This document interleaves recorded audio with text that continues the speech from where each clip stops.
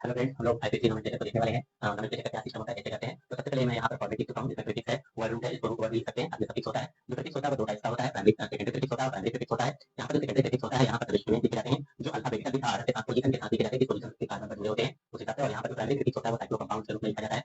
और यहाँ पर जो रूट वर्ड होता है या वर्ड रूट होता है उसमें कार्बन C1 से C10 होता है, जिसमें make produce and except of known के रूप में लिखा जाता है। और यहाँ पर जो सफिक्स होता है वो भी दो भागों में बटा होता है, जिसमें आपका प्राइमरी आता है और सेकेंडरी प्रीफिक्स आता है। प्राइमरी सफिक्स में होते हैं एल्केन और एल्काइन होते हैं। एल्केन में इन वर्ड होता है, एल्कीन में इन होता है और एल्काइन में आइन होता है। और सेकेंडरी प्रीफिक्स होता है उसमें प्रिंसिपल फंक्शन ग्रुप आते हैं, उनके नाम लिखे जाते हैं। तो यहाँ पर मैं एग्जांपल से यहाँ पर लिखा हूँ, देखिए किस एग्जांपल को हम लोग कैसे करते हैं और कहाँ से काउंटिंग करते हैं। तो प्रियोरिटी ऑर्डर के रूप में सबसे पहले काउंटिंग जो होती है वो फंक्शनल ग्रुप से करते हैं, और ऑर्डर में सबसे पहले कार्बोक्सिल अम्ल आता ही है तो उसी को पहला देते हैं, और दूसरा यहाँ हमारे पास तीसरा और यह चौथा हो जाता है। तो इसका नाम जब आप लिखते हैं तो सबसे पहले यहाँ पर सेकेंडरी प्रीफिक्स के रूप में लिखेंगे। तो यहाँ पर इसका जो नाम होगा वो आपका सब्स्टिट्यूएंट के रूप में या क्लोरीन हो जाएगा। तो आप लिखेंगे 3 क्लोरो।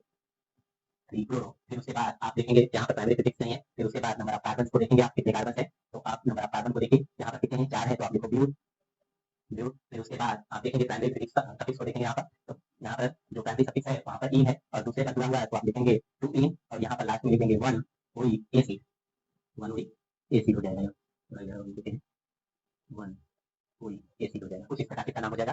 तीसरे पर क्लोरो है, 3 क्लोरो ब्यूट 2 इन 1 वही एसिड। अब देखिए यहाँ पर हमारे पास साइक्लो कंपाउंड है, इसका नाम कैसे लिखेंगे। तो प्रियोरिटी ऑर्डर के हिसाब से आप इसका नाम लेकर कर देंगे ऐसे। तो इसका जब आप नाम लिखेंगे तो आप लिखेंगे 3 क्लोरो और उसके बाद आप लिखेंगे यहाँ पर स्टूडेंट के रूप में आप 3 क्लोरो लिखिए। प्राइमरी प्रीफिक्स यहाँ पर साइक्लो है और 6 रिंग है, यहाँ पर 3 4 5 और 6 है, तो आप लिखोगे साइक्लो हेक्स, 6 है तो हेक्स, और इसी में आप 3 जोड़ेंगे, सिंगल बॉन्डेड है तो हेक्सेन हो जाएगा, 3 क्लोरो साइक्लो हेक्सेन। फिर उसके बाद यह हमारे पास प्राइमरी फंक्शनल ग्रुप होता है और इसका नाम जो होता है वो कार्बोक्सिलिक अम्ल होता है। तो लास्ट में आप लिखेंगे